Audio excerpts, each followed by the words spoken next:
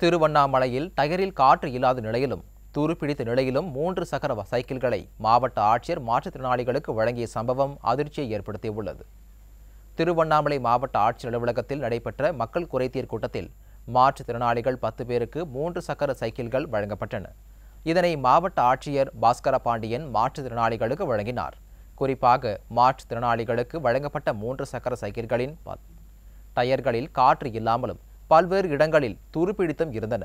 இதனால் மாற்றுத்திறனாளிகள் 3 சக்கர சைக்கிள்களை ஓட்டிச் செல்ல முடியாமல் அவர்களுடன் வந்தவர்கள் சைக்கிள்களை தள்ளிச் சென்றனர். 3 சக்கர சைக்கிள்களின் டயர்களில் காற்று இல்லாமல் மாவட்ட ஆட்சியரை வழங்கியது பொதுமக்களிடையே அதிர்ச்சியை ஏற்படுத்தியுள்ளது. எனவே மாற்றுத்திறனாளிகளுக்கு வழங்கும் உபகரணங்களை முறையாக பராமரித்து வழங்க வேண்டும் என மாற்றுத்திறனாளிகள் கோரிக்கை விடுத்துள்ளனர்.